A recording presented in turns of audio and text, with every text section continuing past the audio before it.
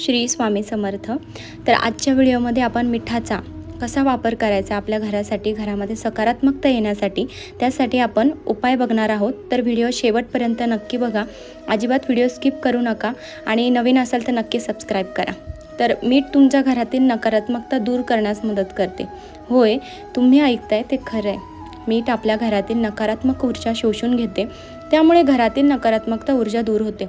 त्यामुळे प्रत्येकाने आपल्या घरात रॉक मिठाचा दिवा ठेवून मिठाच्या पाण्याने पुसल्यास घरातील नकारात्मकता दूर होते।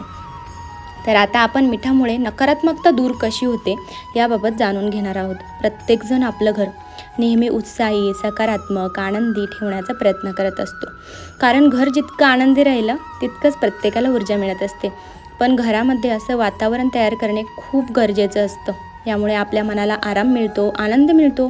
पण काही लोकांच्या घरामध्ये नकारात्मकता वातावरण मोठ्या प्रमाणात असते। मग कौटुंबिक वाद म्हणा, ताणतणाव, आर्थिक समस्या अशा अनेक गोष्टींमुळे घरात नकारात्मक वातावरण तयार असते।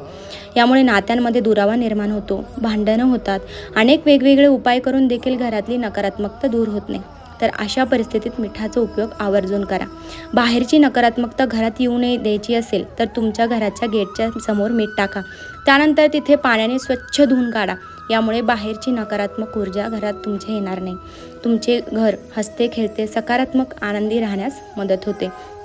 जेव्हाही तुम्ही तुमच्या घरातली फरशी पुसत असाल त्यावेळी फरशी पुसण्याच्या पाण्यामध्ये मीठ नक्की टाका आणि मिठाच्या पाण्याने घरातील फरशी स्वच्छ पुसून घ्या।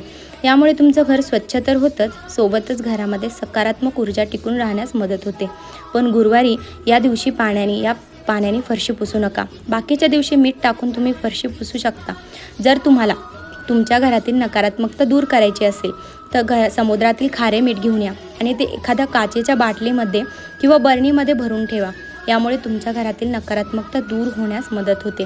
तसेच घरामध्ये नेहमी सकारात्मक आनंदी वातावरण निर्माण होते।